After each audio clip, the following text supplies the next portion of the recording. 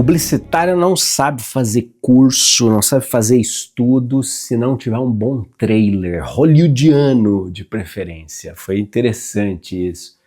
Quando nós fizemos uma reunião espiritual em casa para perguntar para a egrégora, e aí, vamos ou não vamos, é isso ou não isso? A Olívia, que é uma dos espíritos, uma senhora que é um espírito da nossa egrégora, ela disse assim: toque em frente, porque há muito tempo a nossa equipe espiritual está pensando nesse projeto com você. Mas agora chegou a hora, agora você está pronto, agora é hora de tocar.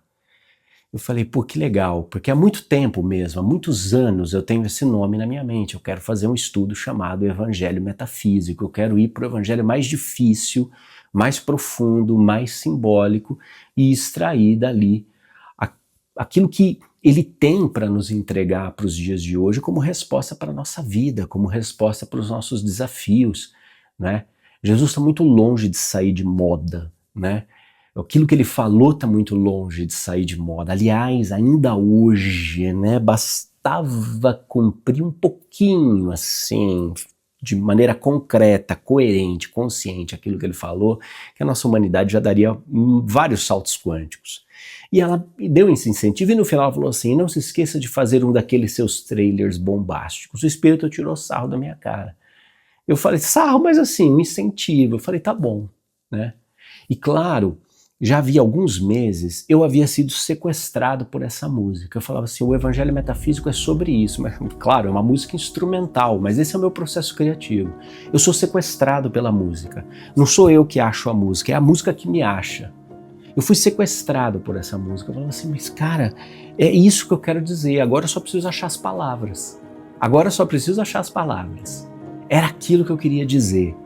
Né? E eu ficava ouvindo aquilo, e eu chorei com essa música, eu me inspirei com essa música, as palavras vinham na minha mente com essa música, mas isso assim, depois de ouvir 50 vezes a música, porque eu não consigo parar, não consigo cansar. A música vibra aquilo que eu entrego no curso, a música vibra o que eu entrego no curso, e é sobre isso, não tem palavras para isso. Depois a gente foi achando as palavras. Não é? E eu queria que o convite fosse suave, eu não queria que tivesse cara de marketing, eu não queria que tivesse cara de marketing digital, menos ainda, né? Eu queria que ele fosse um convite maduro para pessoas maduras, né?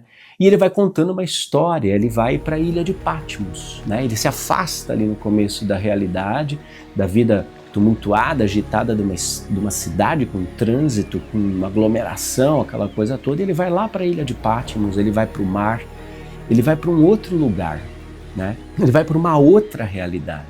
E nessa ilha de Patmos, onde historicamente foi o último exílio do apóstolo João, a imagem vai chegando numa caverna onde ele está escrevendo um texto. Ele está escrevendo aquilo que de melhor ele colheu, né? João foi o último a concluir o seu evangelho. Depois de muitos anos que os primeiros apóstolos, os primeiros evangelistas tinham escrito. Quer dizer, ele teve muito mais tempo de viver, de investigar essa verdade interior, porque a verdade é isso, né? O conhecimento, ele é isso. Você fica sabendo de uma coisa. Hoje em dia a gente fica sabendo de tudo na internet. Ah, fiquei sabendo. Ah, você ficou sabendo? Fiquei sabendo.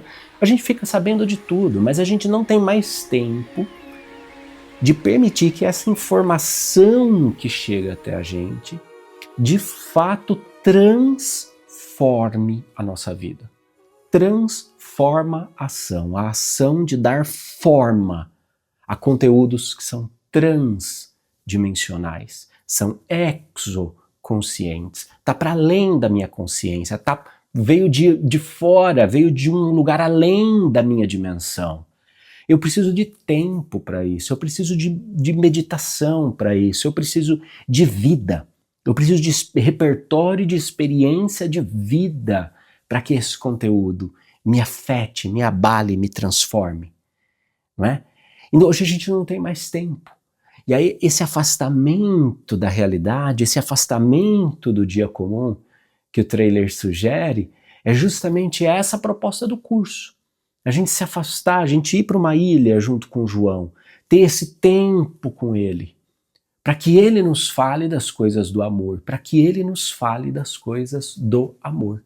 E quando eu falo o amor, eu não estou falando de um sentimento, eu estou falando de uma pessoa. eu estou falando de uma personalidade, eu estou falando de uma entidade, eu estou falando de Deus.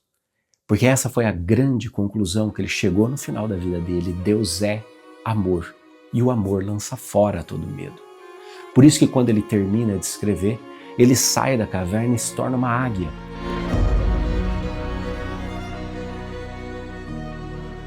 E ele vai espalhar isso, essa visão ampla, né? A águia lembra muito Horus, deus egípcio, deus da consciência expandida.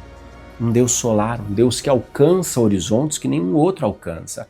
A tradição cristã pegou a ideia da águia, da tradição judaica, da tradição egípcia, e associou a águia como símbolo do apóstolo João. E aí eu vi aquilo, claro, usa inteligência artificial para dar o toque, mas aquela imagem estava na minha mente, né? Eu vi aquela imagem, ele é a águia. Ele é a águia e ele quer nos fazer águia. Ele quer nos fazer os novos Horus, os novos olhos de Horus, que têm olhos para ver. Por isso que o texto é metafísico, o texto está para além da nossa realidade, está para além da realidade física, porque é preciso olhos para ver, né? Ver e rever.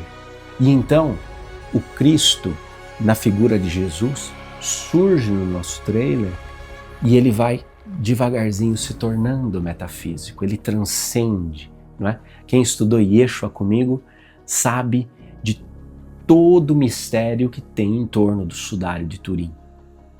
Tem mais de 500 papers científicos em torno de tentativas de explicar o que aconteceu com esse tecido. Ali um corpo vai para outra dimensão, ali um corpo se torna metafísico, se desmaterializa atomicamente, de uma forma tão controlada, e eu diria, ousaria dizer autocontrolada, que aquilo queima, não é? Por uma fotoluminação tão radiante, que marca o tecido de maneira tridimensional. Nenhum artista de todos os tempos, dos últimos 2000 anos, foi capaz de reproduzir este efeito nas suas pinturas, porque o tecido é um registro bidimensional de um corpo tridimensional.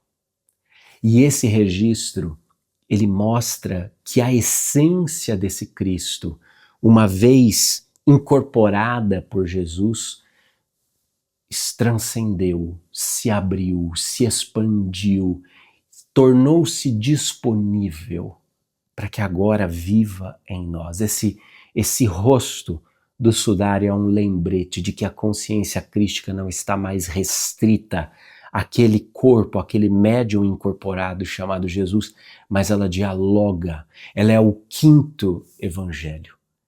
Por si só, ela diz tanta coisa. É assim que eu espero inspirar você a fazer parte do estudo Evangelho Metafísico.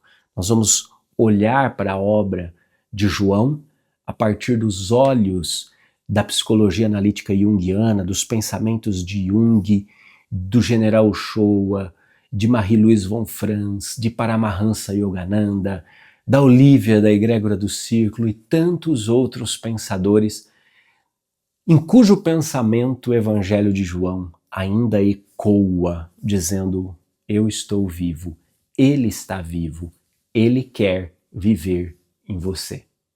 Vem para circuloescola.com e vamos começar esse estudo juntos.